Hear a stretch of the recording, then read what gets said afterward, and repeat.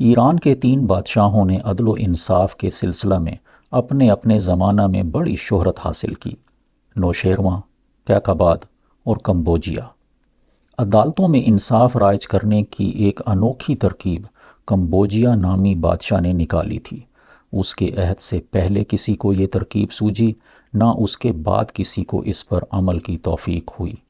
بادشاہ کمبوجیا کے حکم کے مطابق بے انصاف اور بے ایمان جج کی کھال بطور سزا جیتے جی کھینچ لی جاتی۔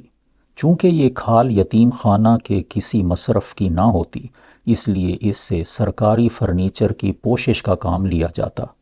جج صاحب کی کھال ان کی کرسی عدالت پر مڑوا دی جاتی، پھر آن جہانی جج کی جگہ اس کے بیٹے کا تقرر کیا جاتا تاکہ وہ اس کرسی پر بیٹھ کر آغوش پدر کی گرمی اور انجام پدر کی تپش محسوس کرے، اور مقدمات کا فیصلہ کرتے وقت انصاف اور صرف انصاف سے کام لے۔ اولاد کی اصلاح کا یہ اصول، باپ کے گناہوں کے کفارہ کا یہ قاعدہ، عدلیہ کو عبرت دلانے کا یہ سبق، معاشرہ میں عدل و انصاف رائج کرنے کا یہ دستور، اور مظلوم کی حمایت کا یہ نسخہ جو ول ڈیورنٹ کی کتاب داستان تہذیب میں درج ہے، نہ جانے کیوں پاکستان کے ہر اس کمیشن کی نظروں سے اوجھل رہا جو وقتاً فوقتاً انصاف کو فوری اور یقینی بنانے اور رشوت کا کلا کما کرنے کے لیے قائم کیے جاتے رہے۔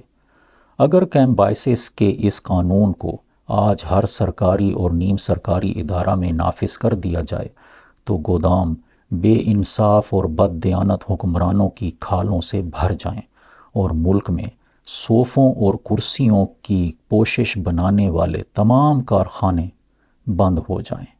مصنف مختار مسعود، کتاب لوح ایام۔